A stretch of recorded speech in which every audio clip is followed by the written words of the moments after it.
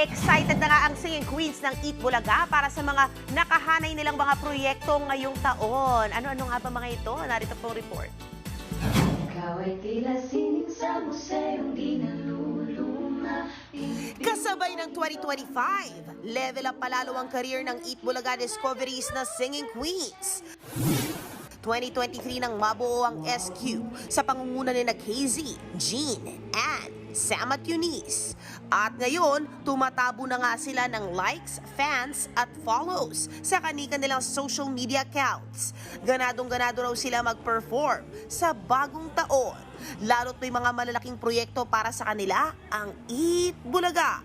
Yes, at mas lalo po kaming na-excite mag-perform po dahil sa bagong setup ng aming studio. Abangan niyo po ang pa-fireworks display namin. Q4 last year nang i-release nila ang una nilang single na Oh Baby at naging instant TikTok trend ito. Yung 2024 po namin sobrang full pack. Kasi po ang dami po naming artists na nakasama like Dina, Mr. Halj Alandro, marami po. South Border, and AGs po, ayan. More collaborations. Saktong-sakto dahil kasabay ng mas maraming collaborations at shows ng singing queens, ang viral na regalo na ito ni Santa Main, ni Dabarkads Main Mendoza, na binigyan sila ng luxury shoes.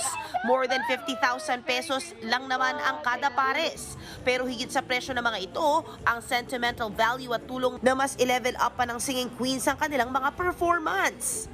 Naiiyak kayo? So, actually, ito po yan. Ito po kasi since black siya, mapapartner ko po siya sa any damit. Yes. Yes. And syempre po yung mga dress po kasi namin minsan kailangan po namin ng new shoes. Di ba? Napabagay po. Napabagay. Kaya maraming salamat po. Panoorin lagi ang singing queens Lunes hanggang Sabado sa Eat Bulaga tuwing tanghali sa TV5.